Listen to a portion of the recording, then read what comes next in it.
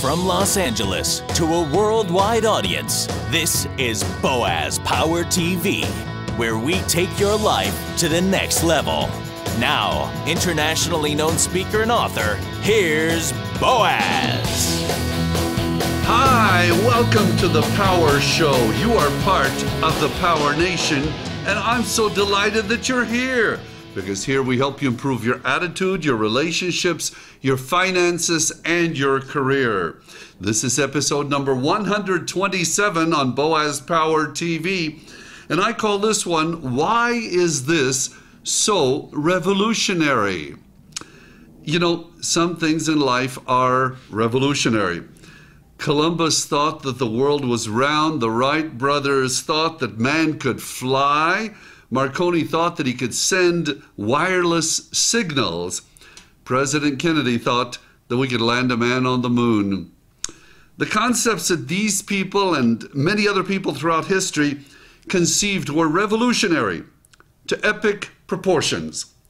Now, in my many seminars throughout the world, I teach a concept of communications that, to my great surprise, is perceived as being revolutionary. I'm amazed with the reaction I get from many people who act as if what I'm doing is brand new. In reality, it comes from ancient civilizations.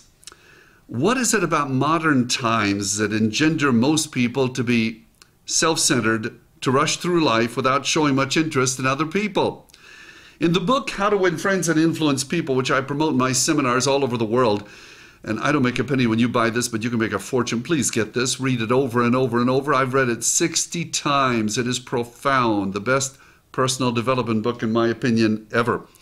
So in the book, How to Win Friends and Influence People, the author, Dale Carnegie, states that becoming genuinely interested in other people is a cornerstone to success and happiness. Being genuinely interested in other people. Combine that with being a good listener. God gave us 2 ears, 1 mouth. Maybe we should listen twice as much as we talk. And you will be perceived as a human relations expert, being genuinely interested and being a very good listener. What is so revolutionary about being genuinely interested in other people and being a good listener? Why are most people doing the opposite? Well, I teach 5 simple questions that allow most anyone to feel comfortable to engage in a conversation. Keep in mind that I am genuinely interested in other people, just like my mother was, just like my father was, and I'm also an active listener. I'm not only listening closely, but I'm constantly looking for ways to get the other person to do most of the talking. That's another point out of the Carnegie book. Yes, he said, let the other person do a great deal of the talking. This is not rocket science, but it makes such a difference in your success and your achievements. Get the other person to do most of the talking. A great concept. So here are the questions my mother would use to create great relationships. Ahead of question number 1, she would use a little phrase, I'm just curious. I'm just curious, which is much nicer than saying, could you tell me your social security number and how much money do you make? Her question number 1 after the opening, I'm just curious, where are you from originally? Where are you from originally? She said everybody's got a story. She wanted to hear your story. Question 2 had 2 options depending on your answer to number 1. If I ask you where are you from originally, you tell me right here, wherever you are in the universe. Mother's number 2 question became, have you lived here all your life? People move around a lot. But if I ask you question 1, where are you from originally, and your answer is another state or another country, then question 2 became, what brought you here? You know, you were way over there, now you're over here. Mother said people don't just get up and leave. So once again, after the opening, I'm just curious, my mother's 5 questions to connect with people and create great relationships. Where are you from originally? 2 is either have you lived here all your life or what brought you here? Question 3 is, do you have a family? Do you have a family? Most people like talking about their family. And question 4, what do you do? What do you do? Question 5 is wonderful. Takes us back to an innocent time. What did you want to be when you were growing up? What did you want to be when you were growing up? Now, most people find these questions non-threatening, easy to answer, and they're great for starting conversations. I was recently teaching these questions to a group of CEOs at a seminar I did in Winnipeg, Canada. The location for the event was a wonderful rustic clubhouse at a country club just outside of town. Now, throughout the morning event, a lady kept coming into the room to make sure that the group had sodas and water and coffee. She seemed pleasant, perhaps late 50s in age, and very attentive to the needs of the group. Now, at one point, in order to show the group how easy it is to communicate with anyone, I got her attention. "Excuse me," I said, "do you have a moment?" She, a bit surprised that someone running a meeting wanted to speak with her in front of the entire audience, looked my way. "Thank you for taking such good care of us. My name is Boaz," I said. "What is your name?"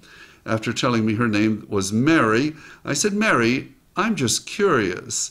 Where are you from originally?" Notice the tone, gently, like candy to a baby, not, "Where were you born?" Hold it, let's not run over people. After she got over the initial shock of my talking to her, she politely answered my questions. She told us she was originally from another city in Canada, the reason for her move to Winnipeg many years ago, the number of kids she had, the number of grandchildren, and the fact that she had worked at the country club for many years. She seemed pleased to tell the group about herself. Most people like talking about themselves. I was showing genuine interest in her, and I made her feel important. Now, my entire discussion with Mary took no more than 2 minutes, and I went back to conducting my seminar with the group. At noon, when the program was concluded and the chairman of the group and I were getting ready to join the rest of the folks for lunch in another room, Mary came into the room, approached the two of us. What she said next shocked both of us. Mary, with great sincerity, said, "I've worked at this country club for 20 years, and I've taken care of hundreds of groups throughout that time. Today was the first time that anyone in a meeting showed any interest in me as a human being. Thank you very much."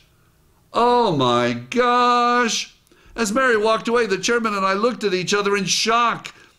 Why hadn't anyone shown any interest in that nice lady before? Did she not count for anything more than just a servant? Isn't she a human being? Oh, is this an isolated incident? Not at all. I've done this, the same thing with other people in other circumstances. And once I did it with a Chinese immigrant who worked in the office of a large company. He was so touched that he went home and told everyone in his large family how an American had made him feel important. He was so moved, he cried. What did the incident with Mary cost me? Less than 2 minutes of time. What did I gain? Oh, a priceless moment in which a human being was made to feel important. In these busy modern times, isn't it time we took a few minutes to show genuine interest in other people? What a revolutionary concept. Oh my gosh. So here's an affirmation for this episode of Boaz Power TV. It's a genuine interest affirmation. You may want to write this down. I make other people feel important by being genuinely interested and being a good listener. I make other people feel important by being genuinely interested and being a good listener. Thank you for joining me. Please do me a favor. If you like these messages and many people around the world find them highly beneficial, please forward this to 5 people you know. Suggest they go to my website, boazpower.com, and they can also subscribe free to these weekly broadcasts on Boaz Power TV. You are special, you are unique, you are destined for greatness. And after all, I see it in you. You are a champion. Have a powerful day. This has been Boaz Power TV. To comment, see other episodes, or to subscribe to this free broadcast, go to our blog at boazpower.com. That's boazpower.com. We're here to take your life to the next level.